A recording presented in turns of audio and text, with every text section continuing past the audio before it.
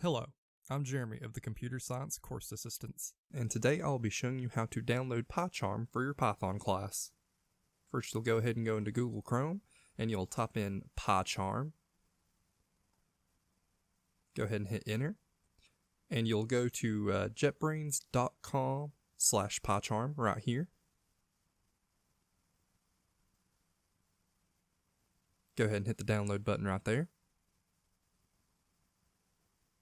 And make sure you hit the free community version right here.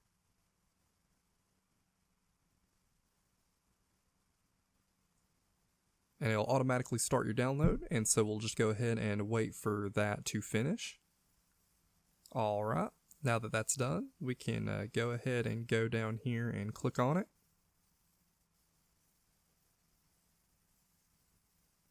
It'll ask us if we want to make changes to our device. Go ahead and hit yes, and then next on here.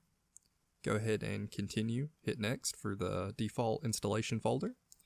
We're going to go ahead and check this so we get a desktop shortcut. Go ahead and hit next, and then we'll hit install.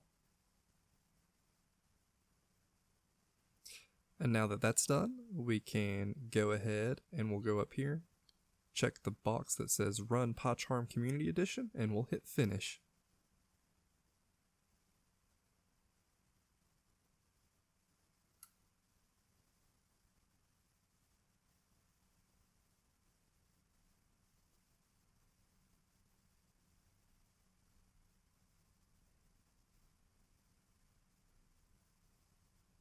And we're not going to import our settings, so go ahead and click OK.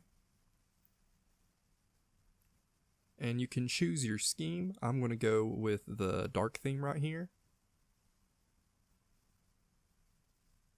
And we can just go ahead and skip the remaining and set the defaults for everything else.